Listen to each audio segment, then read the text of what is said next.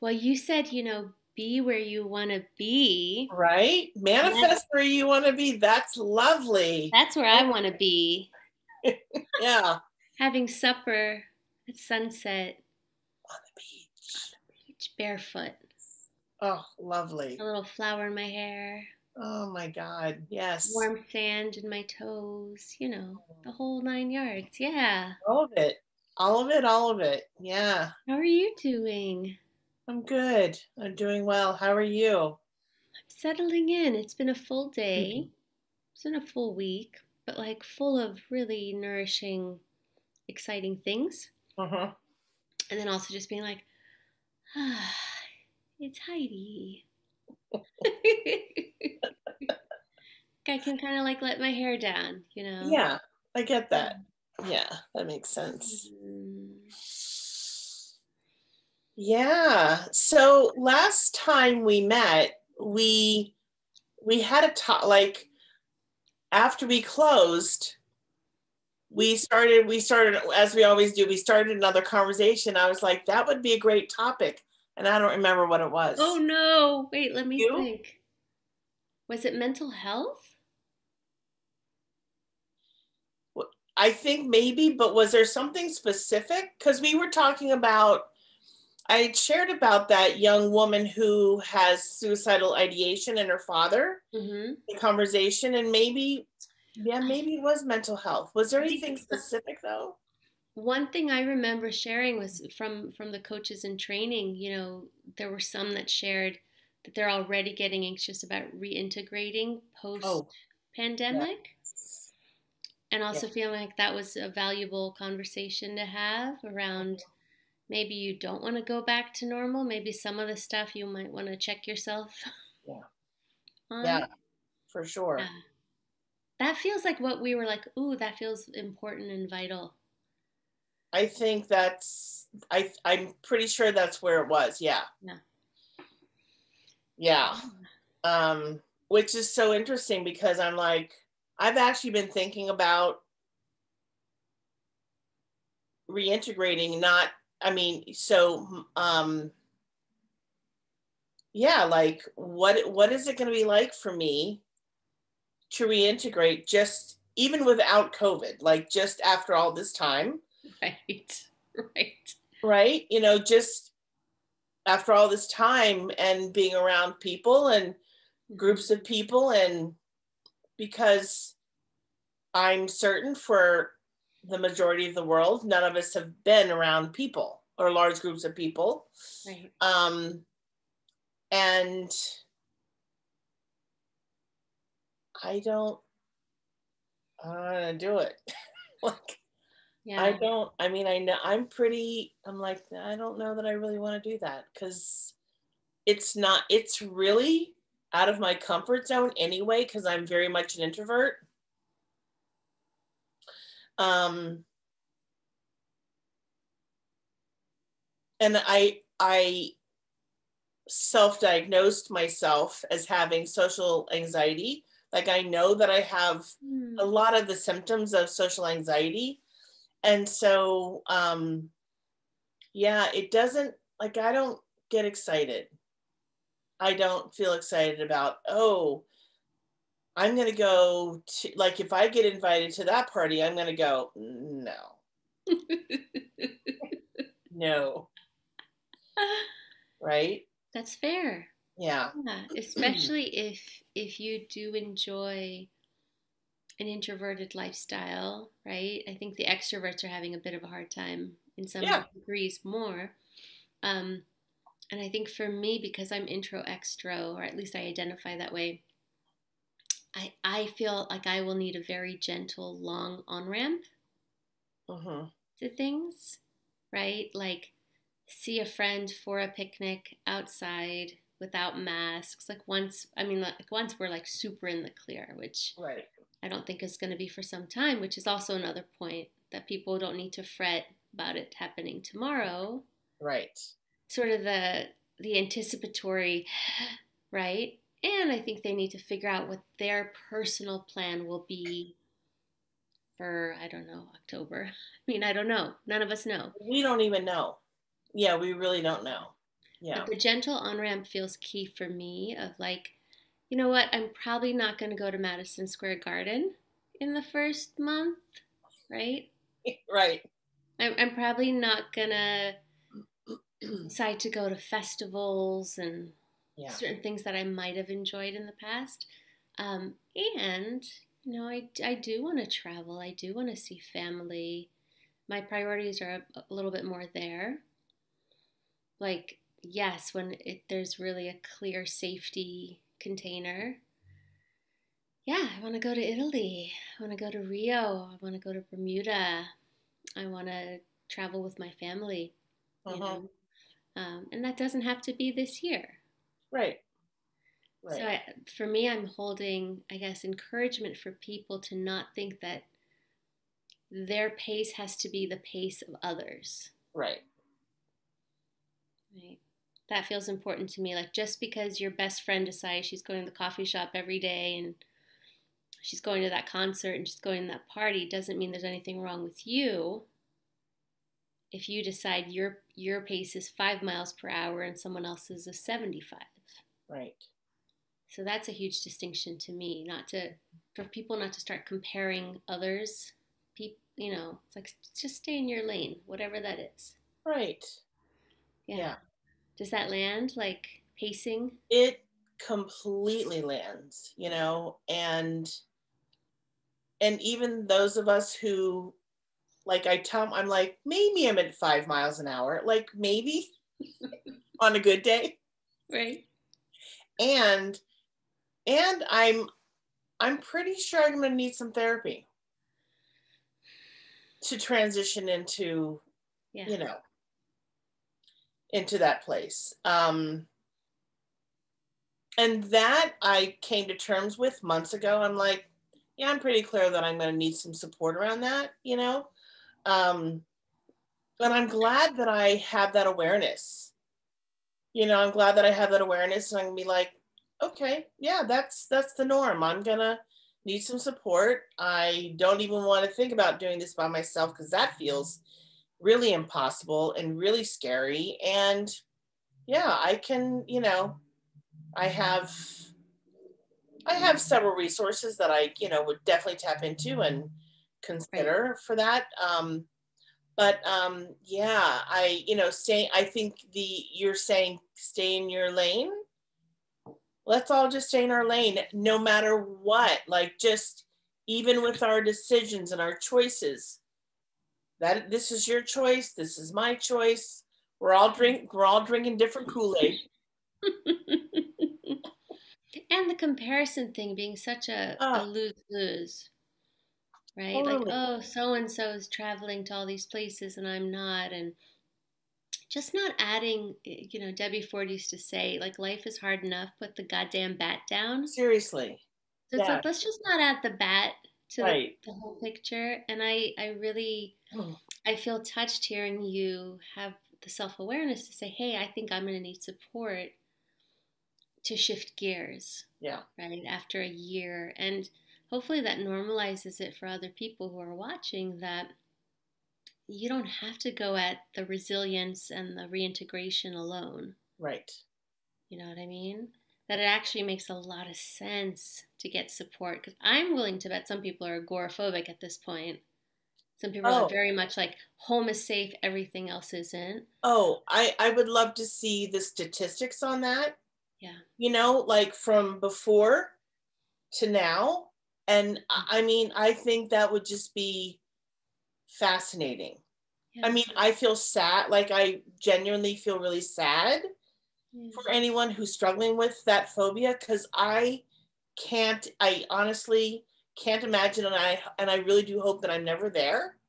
But Yeah. I have a lot of compassion for those people. I really do. And so I would assume that there were people that were probably right on the edge, and this might have tipped them over, right? I Yeah. know. Because Yeah. I have days where I'm like, when I've not been out, like out in the wild, as I say, like every day I go out on my porch. Like I walk down, I'm on the third floor. I walk down on the porch just to breathe in the air, just to get some fresh air. And then I'm like, okay, I'm good. That's if I'm not going out into the wild. If I go out into the wild, like the minute I open my door to leave my apartment, I'm like, I notice that I have this surge of anxiety, and I'm like, oh, I actually say to myself, I'm going out. Like, I'm going out into the world. And this feels big. Yeah. And I can do it. Like, I have this appointment, I have this errand, I need, these things, these chores, these tasks, whatever you want to call them, need to be done. And I can do that, but I literally have to talk to myself and say, put on your big girl pants. You can do this. Yeah. Because you have been inside for many days, and really haven't been out. I mean, I remember the first time I experienced that, and I was like, wow, it almost felt like one of those kind of sci-fi episodes, or like, yeah, I don't know how else to describe it, because it almost didn't feel real. Mm-hmm. I don't know if that makes any sense or not, but I was like, wow, it's so strange that I'm feeling this way. Yeah. Yeah. Yeah, no, I can totally relate. I think for me, it was that mid-March when we all went like, okay, something's really up. Through probably even April, there was, whatever part of me that came online that was like seeing people with masks for the first time. I feel like those first few weeks, like just even in my neighborhood, looking out the window and there's like 5 people walking with masks, and it was like, right, there was a shock factor. This was a year ago. And I remember Richard being like, okay, you haven't been out of the house for 3 days. Like, let's go take a drive. Let's take a walk, take a hike. And generally, I pride myself in getting out of the house every day because it does serve my mental health. Yeah. But there became a like, oh no, I'll stay in today. It was almost like I felt a threat was out there. Yeah. Right? Whether it was other people, Mm-hmm. or whether it was just the virus, there became this like hesitancy to leave the house. It didn't last long, but it was a little surreal. Yeah. To be stuck in that, right? Like human animal, human spirit, Mm-hmm. trying to work that out. And I think that's what I want to speak to too, is that with this year and how it's gone for a lot of people, I don't want to see other human beings as a threat. I know. Do you know what I I mean? hear you. Yes. It feels important to me because I love other human beings, and to have gotten to a place where like there's a person doesn't actually feel right to my like mammal brain. Right. That's social. And I'm willing to bet that's been a bit of the mind screw too, is that as mammals we're such social relational beings. Mm-hmm. And now we're told to socially distance. Yeah. Instead of physically distance, stay social. Right. Right?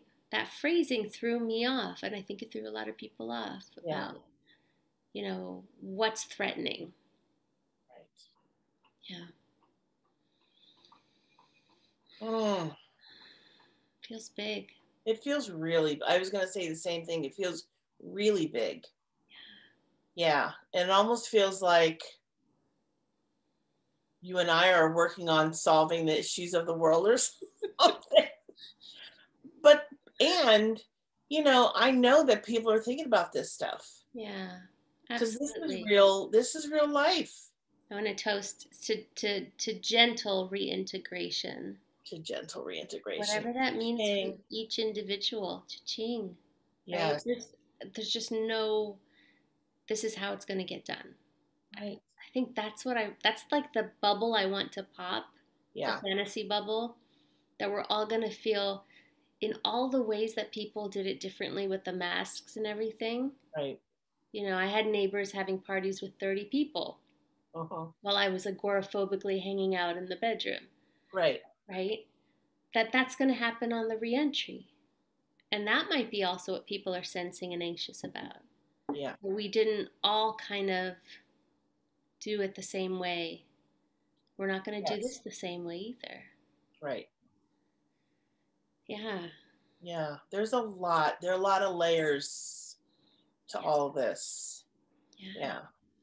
Yeah. I had Wow. that conversation we started after our podcast came from students saying, some of what's happened is working for me now. Mm-hmm. Maybe not commuting to the job, working remotely instead of going to an office with toxic coworkers, Right. having more time with my kids, whatever the details were. I felt like their anxiety was having their back because Yeah. it was saying, please don't make me go back to those things that weren't working Mm-hmm. for me. No one's like, oh, I'm terrified about going to a Dave Matthews show, you know. Right. I mean, and I think like not all of us want to go to a big concert, but people are like, I don't want to do that thing that was out of alignment, that was out of integrity for me. Yeah. Mm-hmm. I've been able to step away from it for a year, get a clear sight. Right. Right. And so it's like, okay, well, that's worth listening to. Oh, for sure. Yeah. So I Yeah. feel like on one side, it's the reintegration of like, oh, humans aren't scary. We can be around each other again. And all of that, like kind of, and I don't use the word loosely here, but like the PTSD of all of that. Mm-hmm. And then on the other end is like, well, if there's things that I don't want to go back to, that means change in my life.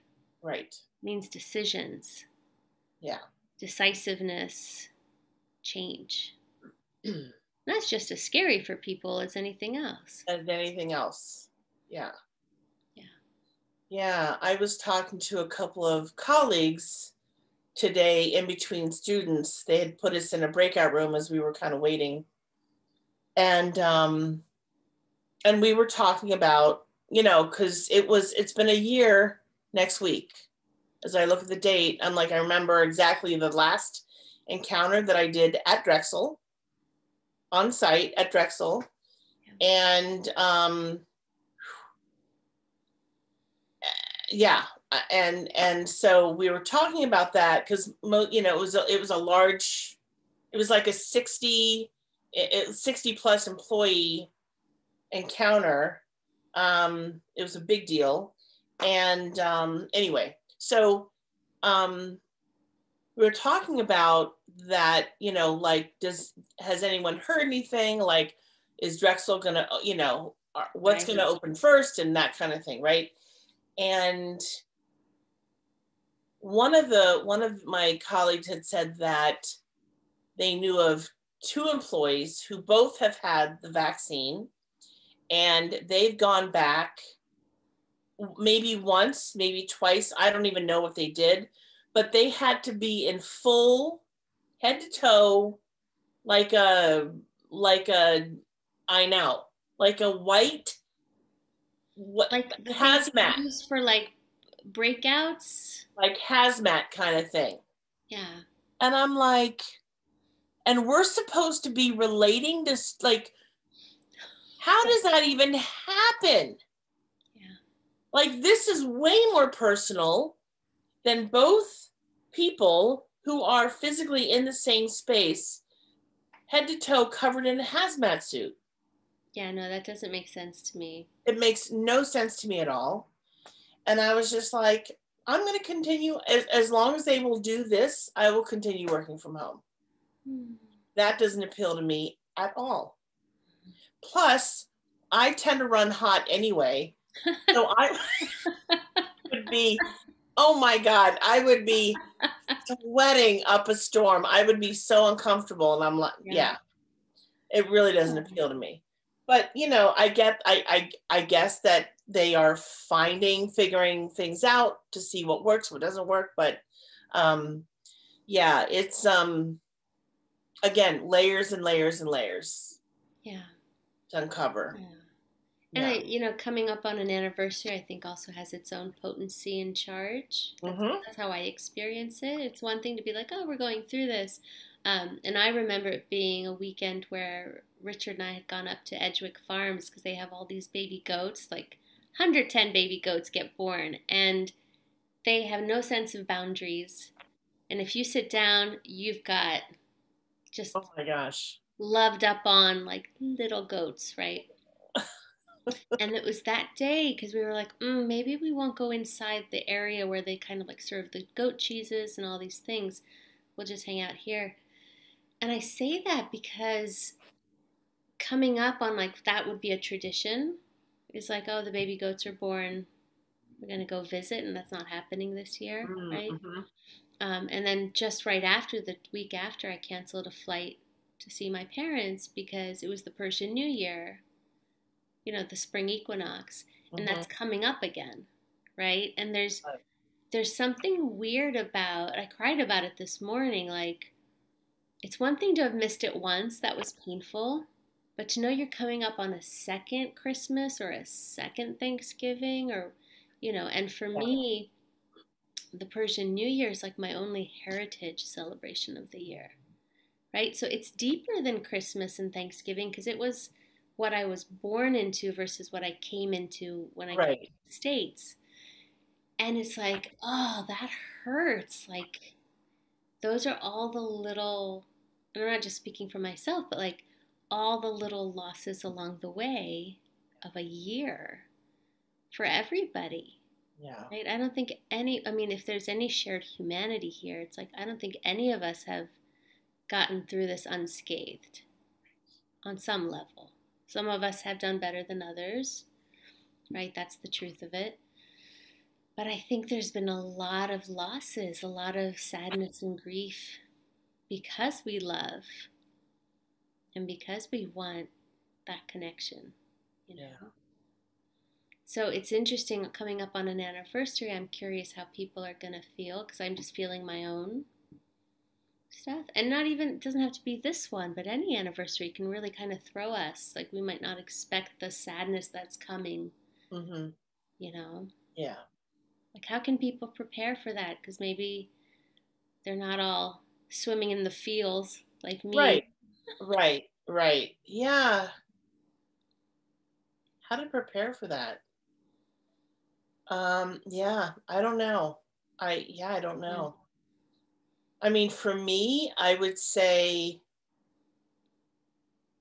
to give myself permission because that's been a big theme for me in the last year, but certainly give myself permission to feel. Yeah. Even the stuff that's hard, even the stuff that's ugly, even the stuff that I don't want to or I'm scared of or whatever, give myself permission to feel Mhm. and to feel it all. Yeah. Yeah, I'm hearing like allow your emotional sequence to happen. Yeah. Don't disrupt the emotional sequence, that like the wave that needs to be ridden. Mm-hmm. Yeah, and I'm also holding that like I will grieve in anticipation of an anniversary. Like, that's where I feel it. But I feel like some people are like fine, fine, fine, and then the day of they're like hit with it. So just also speaking to those people of like maybe create some space around those few days, Mm-hmm. whether you need it or not, like right Right. now.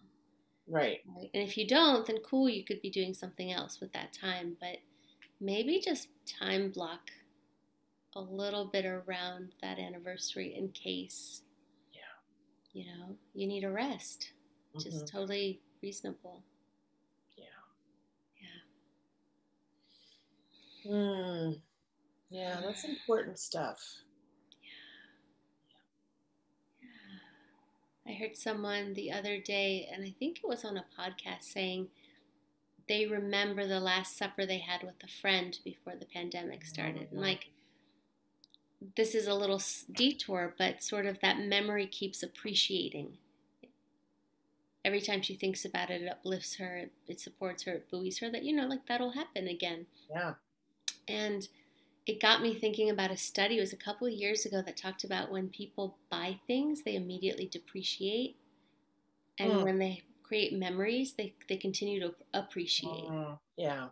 And it's an interesting piece of wisdom, I suppose, right? It's like you could want I don't know what people want. Like the Jaguar, not the animal, but the car.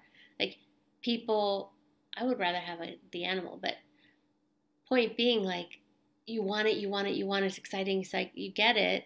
Like 2 weeks later, you're like, meh, I have this car. Yeah. So, like material things, the purse, the whatever people yearn for and then get and then kind of forget about. And it was just really saying, like, the really sweet memories in our lives, we can come back to them again and again, and they continue to appreciate. They continue to nourish us. Yeah. So I'm just holding that as one option, one kind of medicine Hmm. during this time Yeah. to like sift through the memory box. Yeah. You know, to think of those bright moments, those sentimental moments, not with a like I don't have these now, but with a like they will come again. Hmm. You know. Hmm.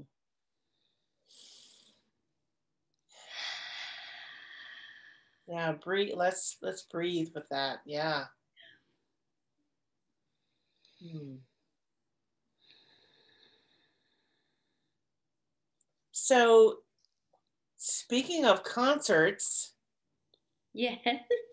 I'm I'm pulling a question from my box of my chat pack. Love it.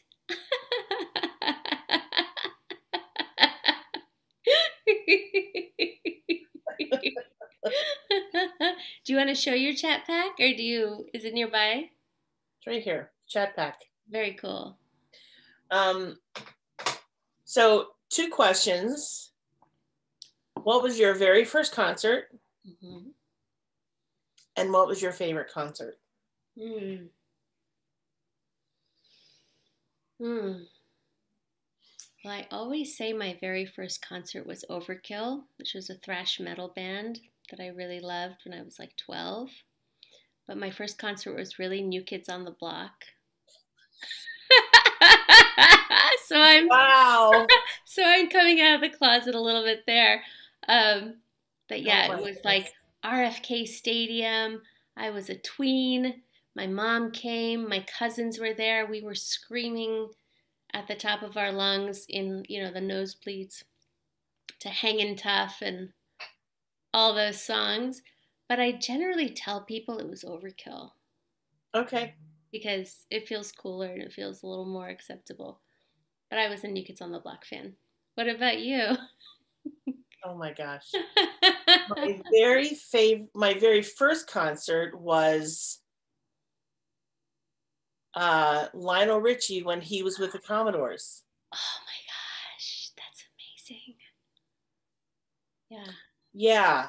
Um, and it was literally last minute, like so spontaneous. And a friend of mine, her father was president, I think, or I don't know, CEO of Herco, which is Hershey Entertainment Resort Company, Okay. where Hershey Park is and all that kind of stuff. And and they always got free box tickets to everything at the arena. And so she was like, we went to the same church and we were in the same youth group, and it was a Sunday night. And she said to me, she's like, does anyone want to go? I have an extra couple of tickets to the Commodores. And I'm like, I want to go. Right? I mean, Yeah. oh my God, it was just so much fun. Oh my So gosh. much fun. Yeah. That. Oh my And gosh. yeah. And I think it probably was maybe 1 or 2 years before Lionel Richie went solo. Oh my God. His songwriting, Oh my gosh, right? his voice, that Oh, like he's just, yeah, soulful, tender voice. Yeah. yeah. I discovered him, and funnily enough, later in life when I heard, gosh, I want to say it was Kenny, is it Loggins or Rogers or one of those guys doing Lady. Kenny Rogers. Kenny Rogers singing Lady, which I was in love with because I just thought it was so beautiful. And then realizing Lionel Richie wrote that song. Oh, okay. And then hearing Lionel Richie sing it and just being like, Lord have mercy, like, wow. And just feeling soothed vocally by his voice. Yeah, that's so cool. Oh Yeah. my gosh. I love that. When you said tickets to every show, box seats to every show, I'm like, drool, you I know. know. Yeah. That sounds lovely. Yeah. Yeah. So what was your favorite concert? Mm. Do you have a favorite?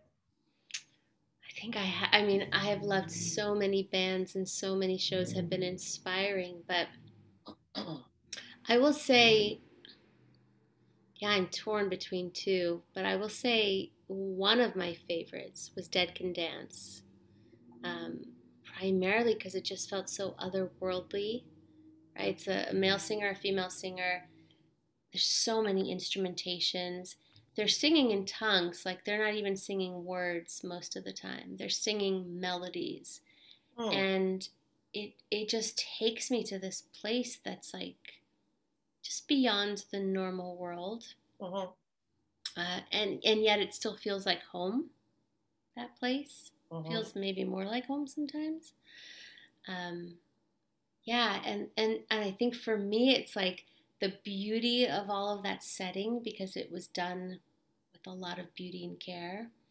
Um, and the fact that they were all multi instrumentalists, so you'd watch them moving around to different Oh, instruments during different songs. yeah. That's one.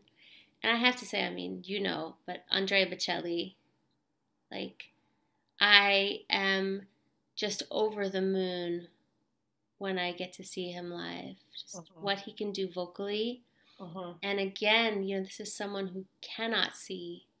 And yet, whoever he has on his team that creates this incredibly beautiful artwork that's going on behind him.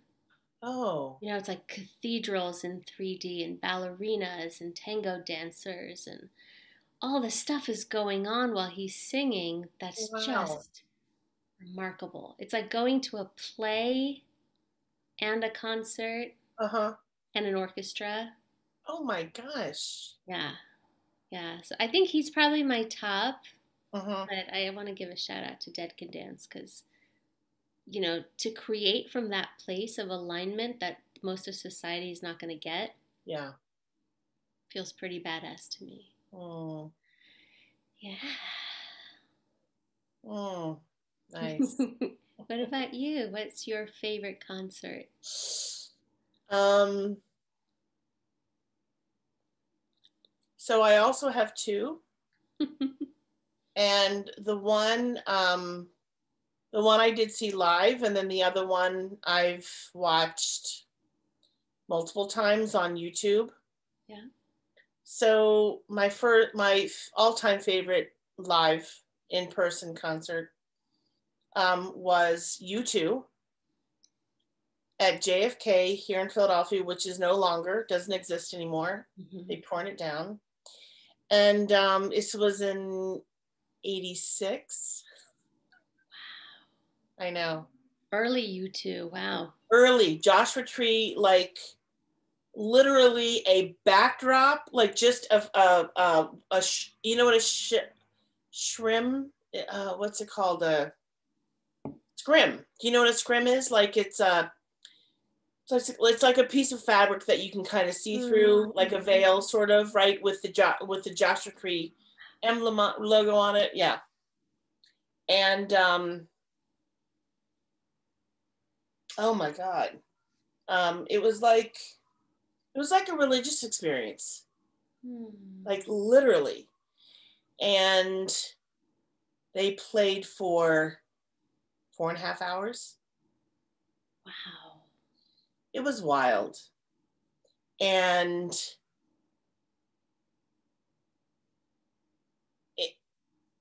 Bruce Springsteen came on.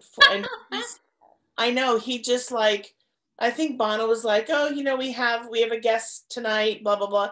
And he literally just kind of doesn't introduce him. He just saunters on the stage and starts playing. And I'm like, that's Bruce Springsteen. I can't believe it. I mean, it was everything. It was really, really everything.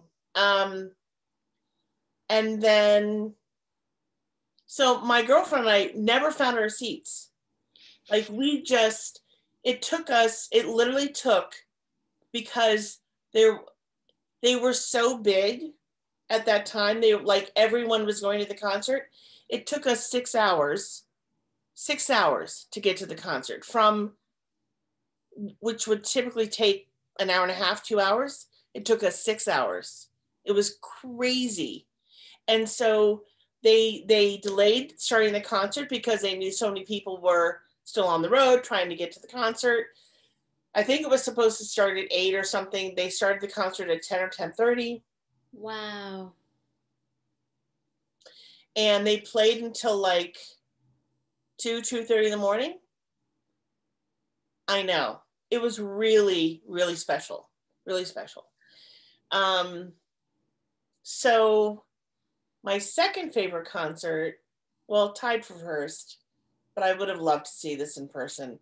Are you familiar with the Concert for George? Mm-mm. So a year after George Harrison died, his friends and family got together. His wife and his son created this Concert for George. And they had all of his friends came. It was amazing. And they raised money for whatever kind of cancer that he died from, as a fundraiser. And it was just really sweet. It's beautiful. And it's probably like a 3-hour concert. I feel like I may have seen a snippet of that once a very long time ago, but I Yeah. will check it out. That feels deeply touching. It's really lovely. It's really, really Wow. lovely. Yeah. Yeah. Yeah. I love, thanks for sharing that, by the way. I love Danny Harrison's work in the band Fistful of Mercy. Mm. There's there's a similarity in his voice, and then there's his own, his own. Right. And I like that a lot. Getting that blend that's like, it's sort of like Jacob Dylan when I was just going to say Jacob Dylan. Yeah. Exactly. Where you're like, I kind of get you're on your own, and I kind of hear. Yeah, your dad.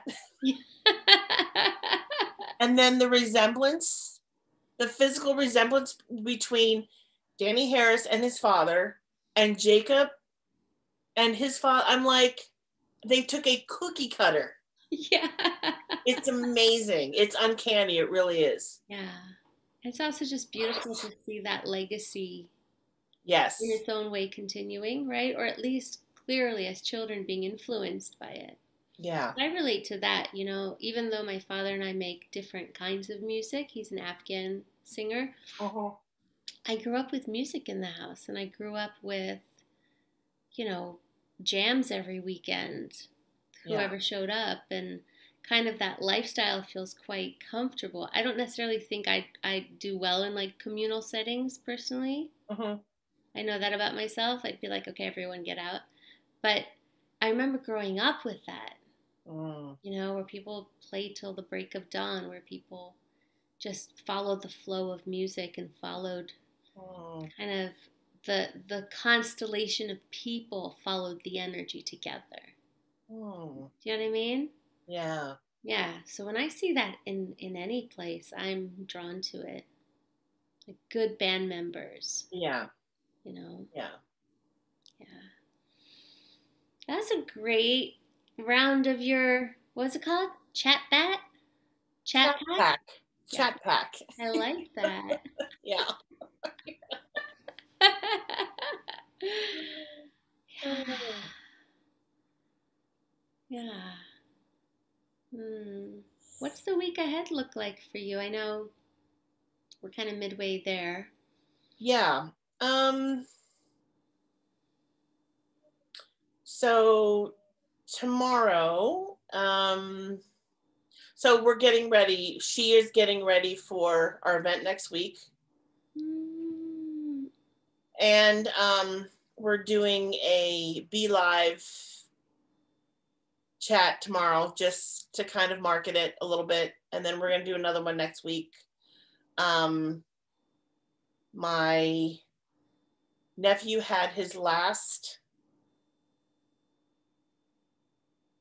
his last regular season game last night. They won, yay! And he's got a tournament this weekend. Woo. I know, because if I don't know if they have to win. I guess they have to win the whole tournament in order to go to March Madness.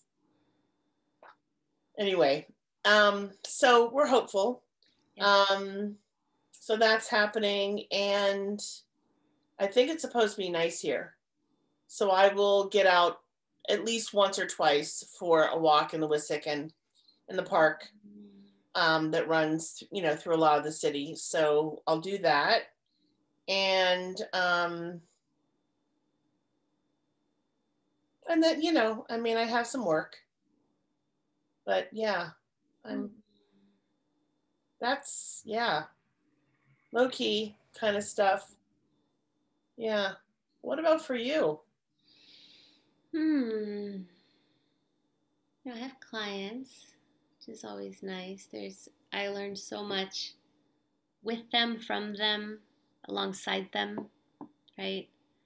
It's funny how that works to me in some regards. Like, wow, here I thought, in my naivete a year ago, like I'd be teaching, right? But I am every single time learning so much from them. Yeah. So that's up. And then I think Sunday we're going to go up to Mohonk House, which is like an hour, 10 minutes from us north. And they just have like 85, I want to say, acres of hiking trails. Oh. So it's just like, let's not explore our backyard. Let's go somewhere. We went snowshoeing there for Valentine's. And we'll see if they have snow again. That would be fun. And sometimes they also have like tubing, like sledding in a tube kind of a thing. So that's kind of our little Sunday mental health getaway. And I have it on my mind to see if there's any farms around here that have some cute animals that we could go visit on Saturday. So if I can convince Richard to do that with me. I can miss, it's not even like spring fever. It's like, I miss more of nature right now in the deep belly of winter. Yeah. Yeah. And then I'm babysitting. We're growing mushrooms.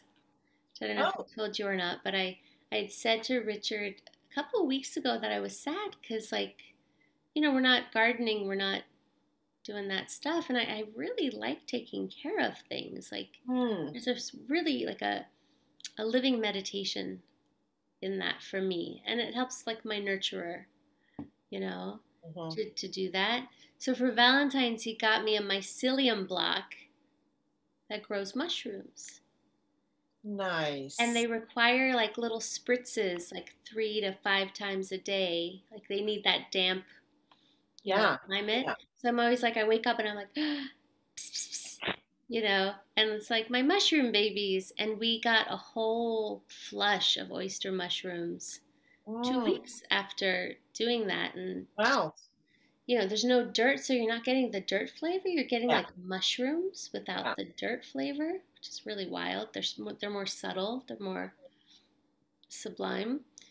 So we're on our next flush of doing it again, and I know that sounds so weird, but like I need to garden year round. So they're quite a saving grace. Yeah. For me. Yeah. Yeah. That's sweet. Yeah. Yeah, and I am really relating to the meditation piece because, and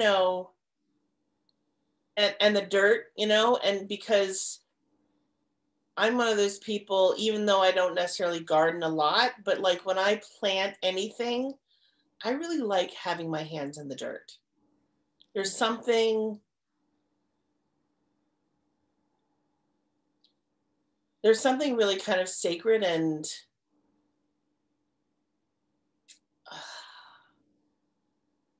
I'm almost going to use the term grounding. No pun, but but really, yeah, solid and sacred about it. Yeah. And because production, like we're producing, you know, we are helping the process of production. So we are the mothers, the nurturers are part of that production. That's, you know, yeah, I'm appreciating that very much. Yeah. It feels also to me too, something, you know, when Mickey did one of her channelings with Mary, and I think it was either me or someone asked, like, how do we get through these times? Like, what's a tool? What's a what's an option, right? And what came through was, you know, work with your hands. Like bake the bread, plant the seeds, Yes. carve the wood, you know, whatever that looks like. And she was really saying, like, that's going to help you be measured and presenced, grounded, which is medicine for these times, Yeah. you know? So I remember that. Like, it is true for me. And I also feel like there's a there's an energy rising, and I think it's happening in nature too. It's like the sap is rising in the trees, right? We're not seeing anything blooming yet, but pretty Right. much by the third week of February, the sap is starting to rise in a lot of the natural world, Mm-hmm. at least in the northern hemisphere. Yeah. So it's like I feel that on the inside too. Like, yes, we're not quite ready to go out and be kayaking or, you know, all these other things, but I need that energy to be tending to things so I Yeah. don't go crazy and chew on the corner of the table till April, Right. right? So it's a bit of self care too. Mm-hmm. Yeah. Do you Yeah. feel that at all? Like the I sap rising or being just part of the natural order that's like starting to yeah. work behind the scenes? Yeah. I was talking with a friend a couple days ago over the weekend, which feels like 3 months ago, but it was just 4 days ago. And you know, considering everything that I have moved through and worked through and shifted, um, I feel like I'm on the cusp of a new season. Mm. Like I feel something percolating. Don't know what it is, and that's okay. I don't need the answers, right? Ooh, I like that Um, about you. I don't need the answers. I'm here to trust whatever that is. Um, because I find that for me when I allow and trust, that's when stuff shows up, and I'm like, oh, okay. And that's manifesting. That's really allowing and manifesting. And so, um, yeah. And and one of the things that I do to make it easier for myself, because I know that I could drive myself crazy, like, what is it going to be? What is it going to be? Is you know, I will allow whatever that is surging to come and feel it in my body. And I'm like, I'm putting it on the side. It's going to sit on the burner for a while, just simmer, you know? Yeah. Yeah. Cause that's my job is not to figure that out. My job is just to allow it and to trust that it's going to Mm. happen. Um, so yeah, that I really do feel something shifting, something changing, um, and it's exciting. Yeah, because the seeds have been planted. Yeah. The seeds have been planted. Really appreciating your, I'm calling it mindset, but I feel like it's more of the faith you carry that it's soothing to me to be like, ah, so just show up and trust. Like, oh, that feels nice. Mm, Versus seek out and strategize and whatever else. I'll speak for myself. I've been conditioned in this society to yeah, figure it out ahead of its time, you know? yeah, Yeah, I like the right timing. trust. Yeah. Hmm. I've learned the hard way that sometimes there's nothing to figure out.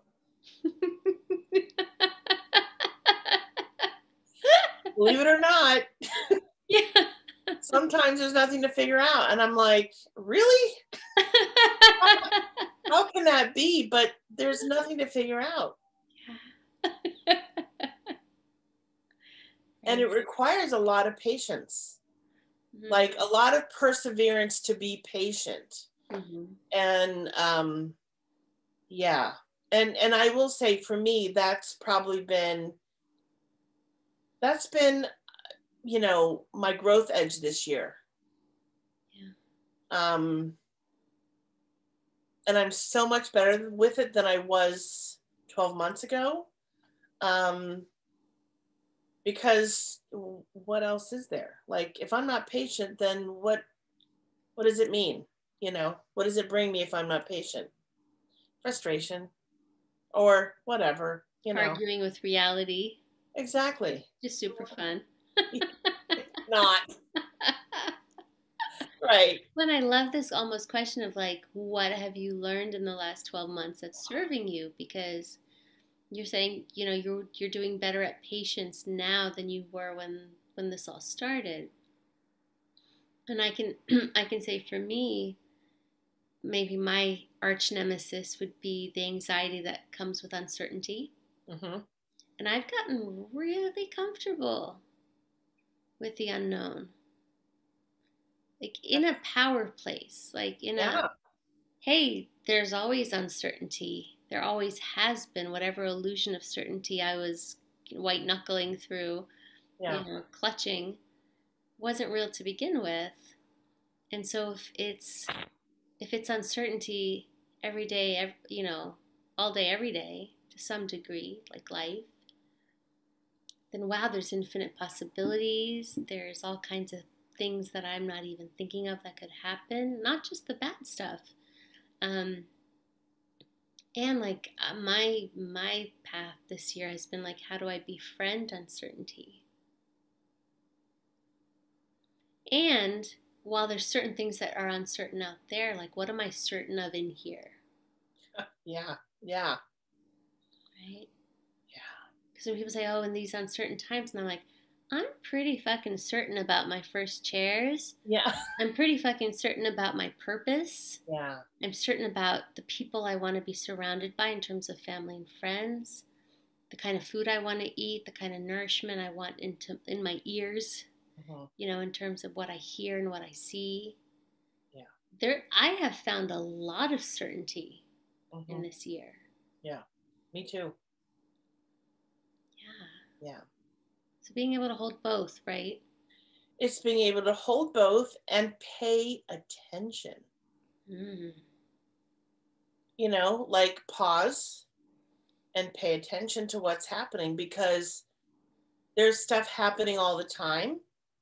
And I would say the majority of us miss a lot of it. Mm. But if we pause and slow down and pay attention to what's happening, there's a lot happening. There's Amen. a lot happening. And that brings me to something I screenshot because hopefully I won't blind myself with how bright this is. Because I thought it was so beautiful. A friend posted it today, and I was like, I have to share this with you. So simple and like such a what's the right word? So simple and like such an of course, and of course now I can't find it. Oh, there it is. Okay, it's a Jack Cornfield quote. To see the preciousness of all things, we must bring our full attention to life. Mm, Yeah. Presenced. presence. Ooh.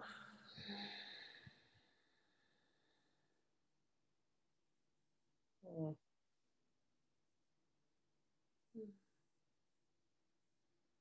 Thank you for the gift of this time. It feels sacred. You're welcome and thank you. I think it's my favorite combo. It's like sacred and cheeky. Isn't that a funny word? Yeah. It is sacred and cheeky. It is. Mm.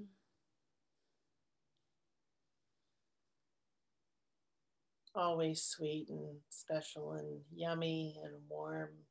Yeah. So Mm. comforting in all this, swirl. Yeah. Just slow down with a trusted friend and be seen and to see and to share and receive sharing. Like it's kind of it for me, you I don't know. need a lot. I don't. Yeah. But and this feel like I always feel full. Yeah. Yeah, my heart is full. Yeah. I think of those like pink clouds that kind of scatter in a summer sunset. It's like that kind of Yeah. feeling. Yeah. Thank you. Thanks.